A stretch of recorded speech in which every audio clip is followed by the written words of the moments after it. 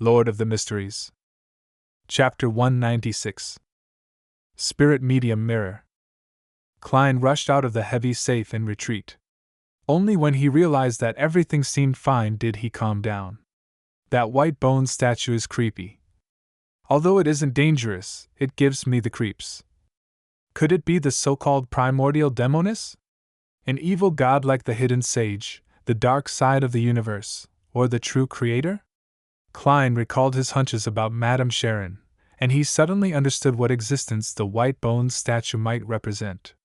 Just as he thought, his spirituality stirred as an ominous premonition gripped him.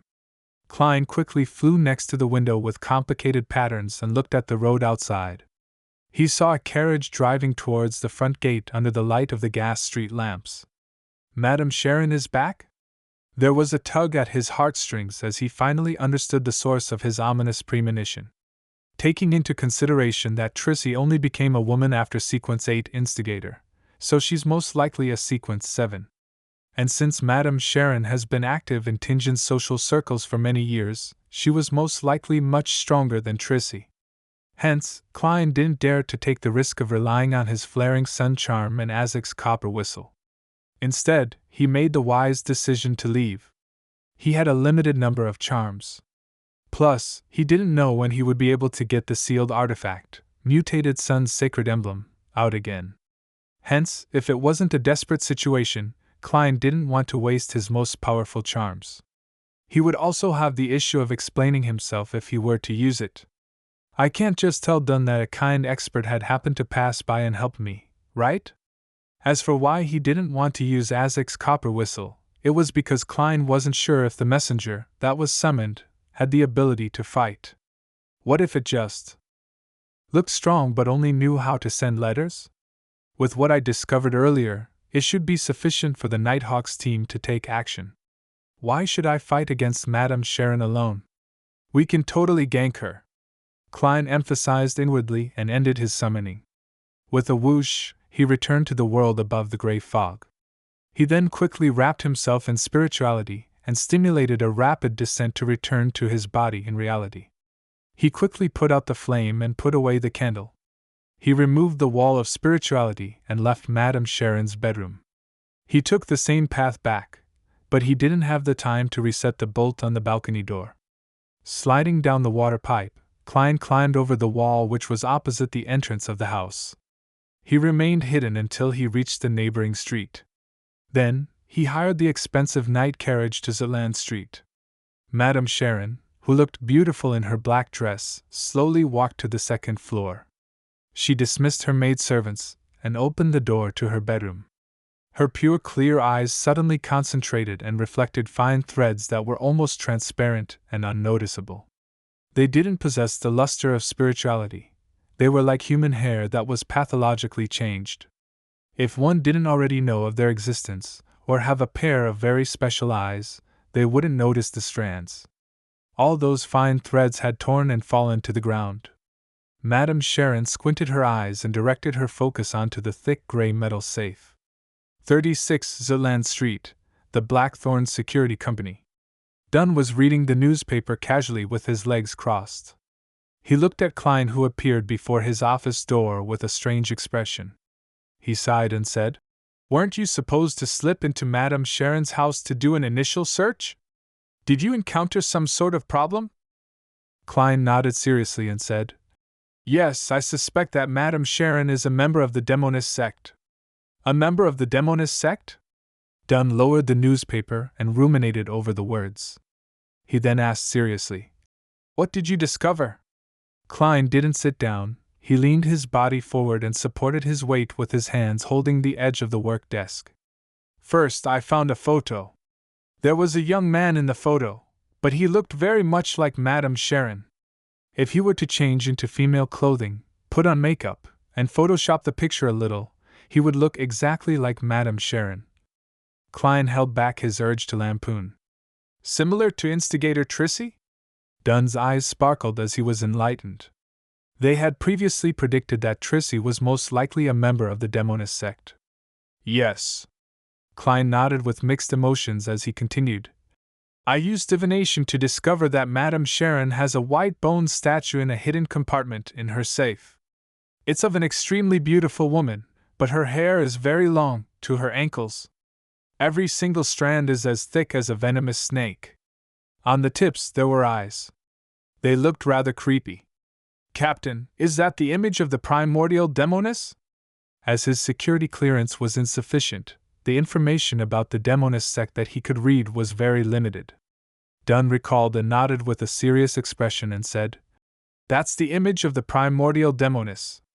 We have to take action immediately, and seize control of Madame Sharon."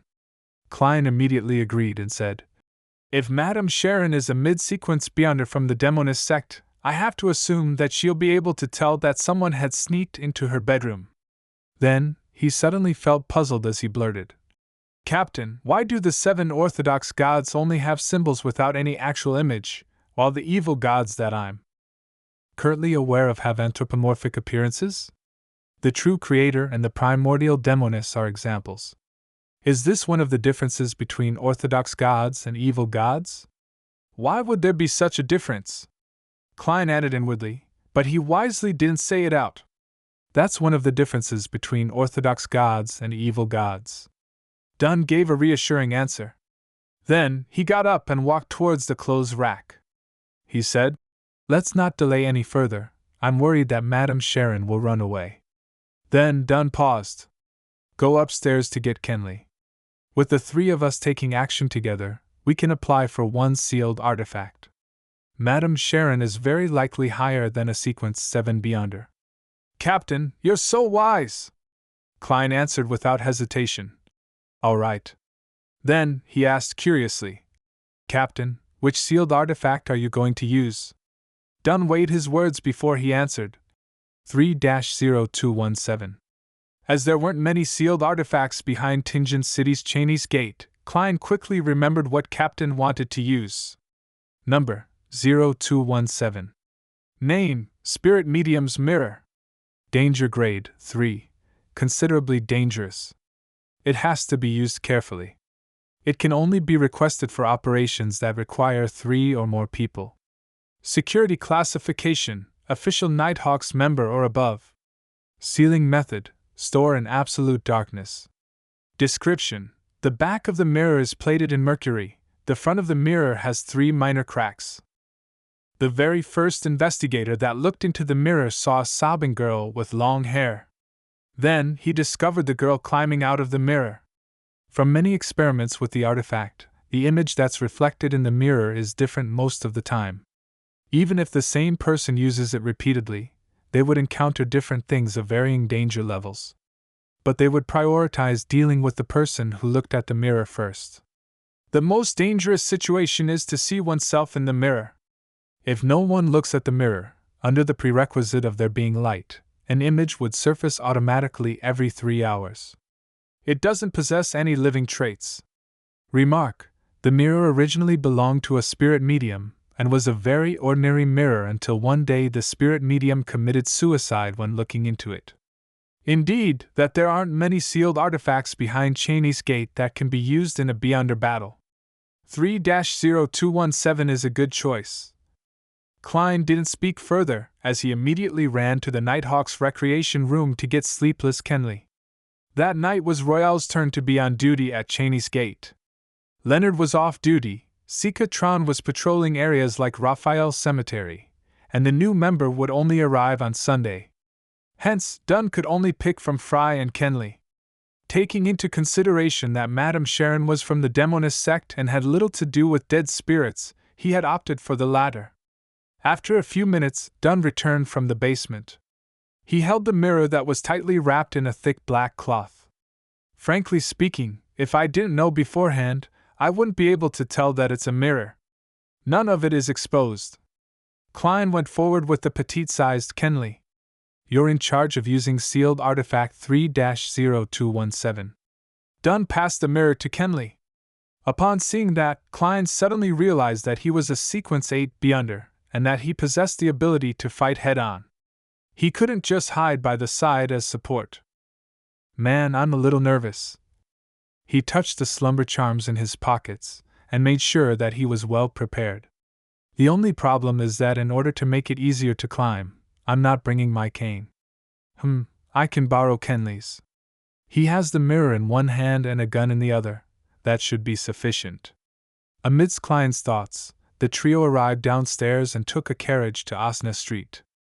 On their way there, Kenley looked at the sealed artifact 3-0217 in his hands.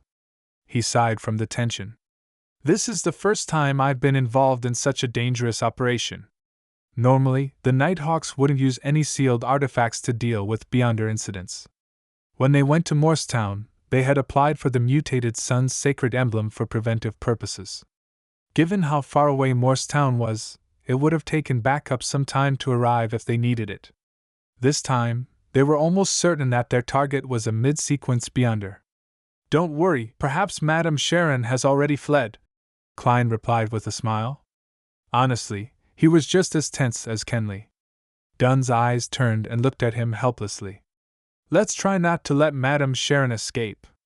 About 20 minutes later, the three Nighthawks arrived at Osna Street. They saw the garden and Madame Sharon's house in the darkness. The house lay in silence as though nothing had happened.